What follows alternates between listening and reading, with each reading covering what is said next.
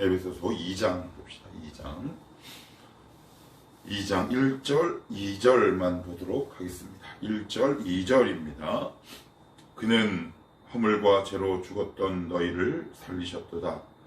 그때 너희는 그 가운데서 행하여 이 세상 풍조를 따르고 공중의 권세 잡은 자를 따랐으니 곧 지금 불순종의 아들들 가운데서 역사하는 영이라. 아멘. 에베소서는 하나님의 구원의 경륜, 즉 하나님이 어떻게 우리 인간을 구원하시고 교회를 어떻게 세우시고 통치하시는지, 그 가운데에서 교회 공동체 안에 있는 그 성도들을 향한 하나님의 보통 경륜이라고 얘기를 하는데 여러 가지 의미를 포함을 하고 있어요. 하나님의 섭리, 역사, 은혜, 이런 단어를 통칭해서 보통 경륜 이런 단어를 이제 씁니다. 국어 사전에 나와 있는 의미하고는 조금 다르게 우리 신학에서는 사용을 하고 있는데, 교회 공동체 안에 있는 성도들, 그들은 과연 어떤 존재고 교회는 과연 어떤 기관, 신적 기관인가에 대해서 설명을 하고 있는 서신서입니다. 그래서 내용은 6장에 지나지 않지만 그 깊이는 굉장히 넓고 깊습니다. 그래서 어떤 목사님은 이 거룩과 영광의 초대라는 이 에베소서 강의 집을 벌써 수십 년 전에 이미 출간을 했는데, 에베소서 6장 이 분량보다 훨씬 많은, 이렇게 몸을 사용해서 얘기해 보면 이 정도 두께의 강해집을 냈습니다. 그 이야기인 즉슨 에베소서에서 담고 있는 하나님의 역사, 은혜가 굉장히 놀랍고 크다라는 의미이겠죠. 제한된 시간 안에 이야기를 하다 보니까 조금 제가 조금 급한 면도 있고 그런 것도 없잖아 있긴 한데 여러분들의 양해를 좀 구하고요. 어제 그 말씀을 드렸습니다. 에베소 교인을 향해서 사도 바울이 하는 기도는, 내가 너희를 생각할 때 참 감사하다. 참 감사하다. 그리고 나서는 이제 이렇게 기도를 한다고 그랬어요. 지혜와 계시의 영을 너희에게 주사 하나님을 알게 하시기를 내가 소망하고 원한다. 이어서 그 하나님께서 우리에게 베푸신 그 영광의 풍성함, 그리고 그 능력의 지극히 크심, 이 모든 것들을 너희에게 알기를 원하는데 하나님은 우리보다 훨씬 더 당신을 우리에게 알려주고 싶어 하신다 그랬어요. 그러니까 우리가 하나님에 대해서 몰라서 오해하고 왜곡하고 삐지고 불신하고 하는 것이지, 하나님은 우리보다 훨씬, 당연하죠. 부모가 자녀보다 훨씬 더 마음이 크죠. 그거는 상식입니다. 그런데 나의 짧은 지식, 나의 짧은 신앙 경험을 토대로 하나님을 바라보고 그것을 통해 나의 인생을 해석하려고 하니까, 이 상황을 해석하려고 하니까 이제 난관에 자꾸 부딪히게 되는 거죠. 그래서 사도 바울이 뭐라고 얘기를 하느냐, 에베소 교인을 향해, 결국 우리를 향해, 교회 공동체를 구성하고 있는 성도를 향해, 난 너희가 하나님 알게 되기를 원한다. 너희들이 정말 하나님 알게 되기를 원한다. 하나님을 아는 것, 이것이 가장 중요한 성도의 소명입니다. 그래서 하나님이 예배라는 제도를 우리 가운데 허락하신 이유이기도 하고요. 하나님을 아는 것만큼 소중한 것, 하나님을 아는 것만큼 우선순위에 있는 것도 없다. 신앙의 제일 목표는 하나님을 아는 것이다. 이 지식. 그래서 칼빈은 이렇게 이야기를 합니다. 그의 기독교 강요에서 하나님을 아는 것이 곧 나를 아는 지식이요, 나를 아는 지식이 곧 하나님을 아는 지식이다. 그러니까 나를 아는 것, 그것은 하나님이 어떤 분인지 아는 것으로부터 출발한다. 이렇게 이야기를 해요. 맞는 이야기입니다. 수많은 믿음의 선배들, 저의 경험을 놓고 보더라도 우리 인간이 얼마나 복잡합니까? 얼마나 복잡하고 다양하고 크고 넓으면 소우주라는 표현을 다 사용하겠어요. 그렇지요. 하나님의 형상에 맞게 창조되었으니 얼마나 그 안에 시스템, 유기적인 관계가 복잡하고 다양하겠습니까? 원래 가치가 높은 물건일수록 그 안이 복잡하거든요. 우리 역시 그래요. 복잡해요. 도저히 알 수 없어요. 그런데 내가 누군지, 내 인생이 뭔지, 이 모든 출발, 이 시작점은 내가 지금 신앙하고 있는 하나님이 누구신가라는 인격적인 지식과 만남을 통해서만 해결이 가능하다. 그럴 때 하나님이 나를 왜 부르셨는지, 그 부르시는 하나님의 은혜 가운데 나에게 향하신, 나에게 부어주신, 앞으로 부어주실 그 은혜의 높낮이가 얼마나 높고 깊은가라는 것을 알 수 있다. 이렇게 사도 바울은 외치고 강력하게 선포하고 있어요. 그리고 나서는 교회에 관해서 이야기를 합니다. 교회는 그의 몸이니 만물을 충만하게 하시는 자의 충만이니라. 하나님은 성도들에게 복을 주실 때 교회를 통해 복을 주십니다. 그리고 교회를 통해서 주신 복이 진짜 복이다.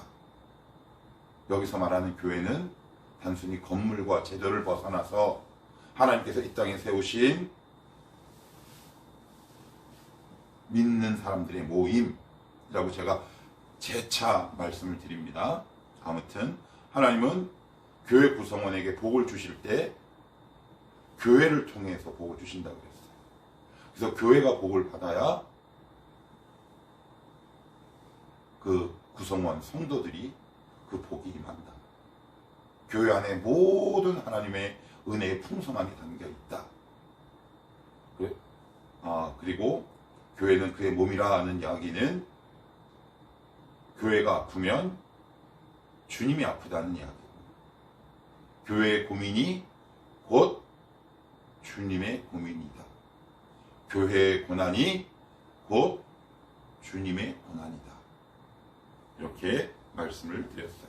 그러면 과연 너희는 구원을 이제 얻었는데 그럼 너희들은 어떠한 존재였느냐? 우리가 과거와 현재를 비교하지 않으면 우리의 참 모습을 알 수 없단 말이에요. 그래서 성경은, 바울은 2장 1, 2절에서 굉장히 중요한 단서를 우리에게 제공하고 있다.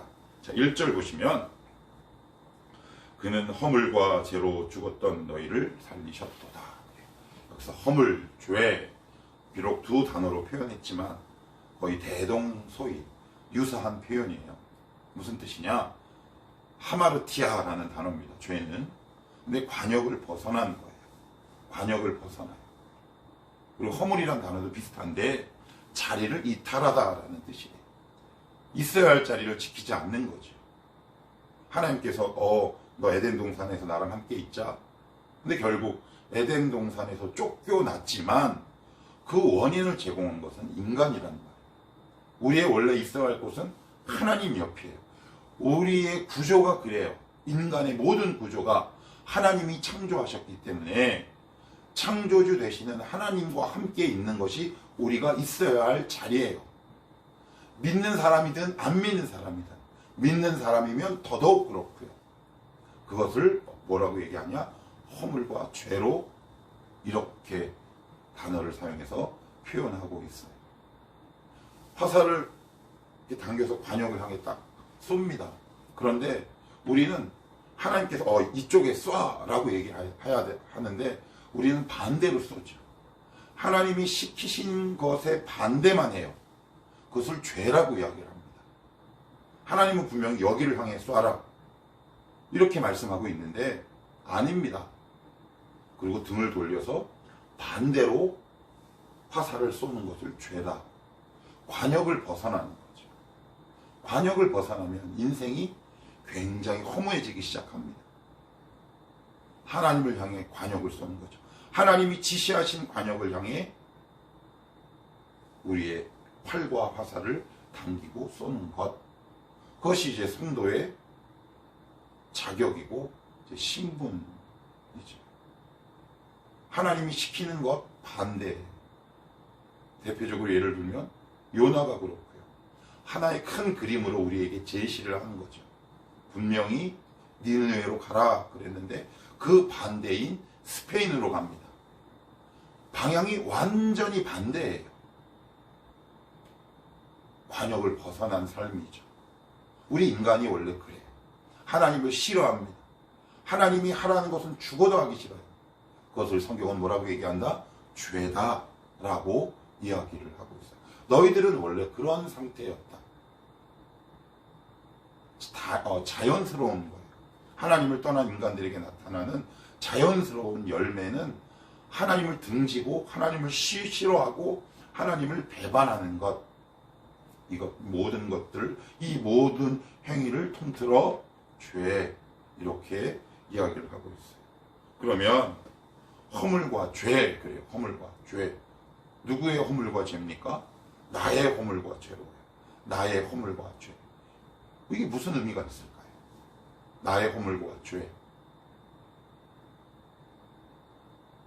나의 연약함, 부족함, 우매함, 이런 것들을 돌아보지 않고 모든 문제의 원인을 하나님께 찾는 거죠.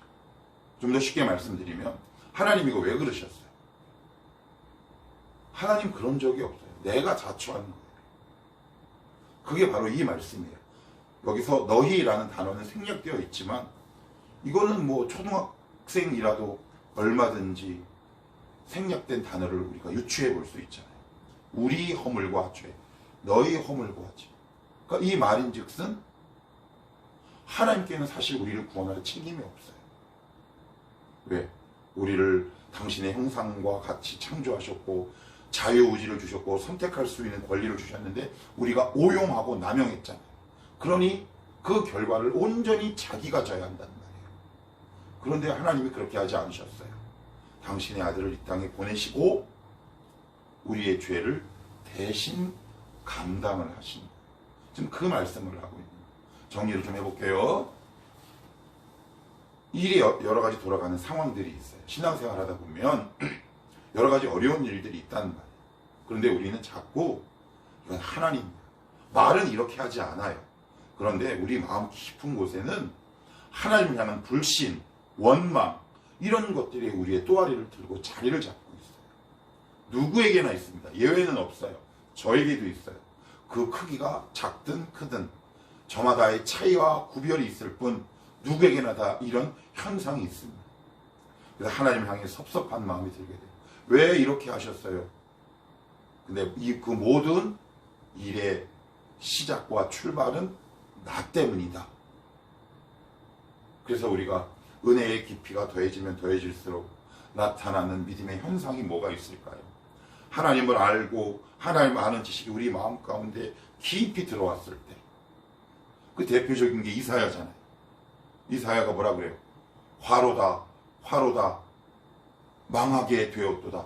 입술이 부정한 자로서 만군의 여호와를 배웠으며. 무슨 뜻일까요? 하나님을 깊이 만난 거죠. 친밀히 만났어요.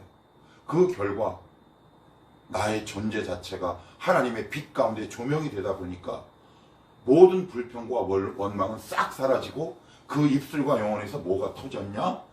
회개가 터진 거죠. 그래서 신약 성경의 세례 요한과 예수님의 첫 번째 설교 제목이 뭡니까? 회개하라. 천국이 가까이 왔느니라. 그게 다 일맥상통하고 있는 거예요. 성경의 진술은 따로따로 떨어져서 이야기할 수 없어요. 하나님을 아는 지식이 더해갈수록 하나님을 깊이 만날수록 내 안의 부족함과 내 죄악을 하나님의 그 빛을 통해 보게 되니까 두려워지는 거죠. 당연히 그 입술에서 회개가 나올 수밖에 없어요. 지금 그 말씀하고 있어요. 우리의 허물과 죄, 모든 일의 이 모든 결과, 어려움을 초래한 제1원인은 바로 나다. 그런데 우리는 하나님 향해 늘 원망합니다. 하나님 이거 왜 이러셨어요? 저거 왜 이러셨어요? 하나님을 만나게 되고 알게 되면 결국 우리의 영혼과 입술에서 터져 나올 수밖에 없는 것은 회개밖에 없다. 그리고 또 1절에 보시면 이런 표현이 나와요. 그는 허물과 죄로 죽었던. 헬라어를 보시면 과거 완료예요. 과거의 어느 한 시점에서 딱 끝난 거예요. 시체가 냄새 맡을 수 있습니까? 인식할 수 있나요? 죄에 대해서 인식이 가능합니까? 시체가? 심지어 시체의 특징은 뭐냐면 자기가 죽은지도 몰라요. 하나님을 향해 어떤 인식과 감각도 없을 때 하나님이 일방적으로 우리를 찾아오셔서 우리에게 숨을 넣으시고 그리스도의 보혈을 우리 가운데 주입시키심으로 우리를 살렸다라고 말씀하고 있는 거예요. 우리의 구원이 결코 공짜가 아니잖아. 여러분이 막 예수를 믿고 싶어졌어요? 그래서 나왔어요? 여러분이 결단하고 결정하신 것 같지요? 그런데 시간이 지나고 말씀 안으로 들어가 보면 그 마음조차 하나님이 우리에게 주신 은혜라는 사실이에요. 오늘 성경은 예수 믿기 이전에 우리의 상태를 뭐라 그래요? 죽었던 너희 시체죠. 시신이죠. 이 말씀인 즉슨 구원하는 데 있어서 인간의 공로, 인간의 역사는 1도 없다라는 의미예요. 단칼에 정리하고 있는 겁니다. 하나님 말씀. 구원은 너희의 개인 여부가 결코 아니다. 나의 전적인 주권이요, 나의 은혜요, 나의 선물이다 라고 선언하고 있는 거예요. 다시 말씀드릴게요. 시체가 어떤 인식을 할 수 있습니까? 여러분들이 예수 믿고 나서 여러 가지 갈등이 있어요. 고민이 있어요. 거룩과 속과 성, 그리고 거룩과 불결, 죄와 선함, 이 둘 사이에서 우리가 얼마나 많은 갈등을 해요. 그거는 내가 이미 살아있다는 증거죠. 내가 이미 거듭난 것, 살아있는 거죠. 그 이전에는 어땠나요? 그 어떤 인식도 우리 가운데 있지 않았어요. 그래서 이 말씀은 구원이라는 단어를 언급하는 데 있어서 인간의 개입을 원천봉쇄하고 차단하는 거예요. 우리는 당황스럽죠. 우리 안에 약간의 선함을 뭔가 내세우고 싶은데, 내가 이래서 하나님이 나에게 복을 주셨다라고 우리는 우기고 싶은데 성경은 그렇지 않다라고 얘기해요. 너희가 구원받은 것, 너희가 은혜 받은 것, 나의 거저 주시는 바, 어제 말씀 살펴봤잖아요. 은혜를 찬송하게 하려 함이라. 그저께군요. 우리 기억합시다. 우리는 예전에 시체였다. 시신이었다. 하나님을 향한 어떤 감각도, 인식도, 능력도 없었다. 하나님이 일방적으로 우리를 찾아오시고 선택하시고 당신의 주권으로 우리를 살리신 것, 그것을 지금 1절에서 설명을 하고 있는 거다. 이렇게 말씀을 드릴 수 있어요. 자, 2절도 한번 볼게요. 그때 너희는 그 가운데 행하여 이 세상 풍조를 따르고 공중의 권세 잡은 자를 따랐으니 곧 지금 불순종의 아들들 가운데에서 역사하는 영이라. 그래. 하나님을 대적하는 영을 한마디로 오늘 에베소서에는 뭐라고 얘기하냐? 불순종이다. 첫째, 예수 믿는 것을 불순종하죠. 전도해 보십시오. 다 싫다 그러지. 요즘은 더 싫다 그래. 물론 한편으로는 교회 책임도 없지 않아 있겠지만, 그렇지만 근본적인 원인은 불순종의 영이 그들의 영혼 가운데 있는 거죠. 교회라는 말은 어느 정도 호의적이지만 예수라는 말을 우리 입에서 나오는 즉시 그들은 우리를 대적하고 싫어하기 시작합니다.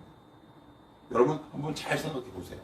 교회 나가는 말은 누구나가 쉽게 할 수 있는데, 그런데 예수를 주님으로 믿으세요라고 직접적으로 얘기할 때 그들은 굉장히 눈빛과 태도가 돌변합니다. 왜 그럴까요? 그 가운데 역사는 악한 영이 있다라고 성경은 이야기해요.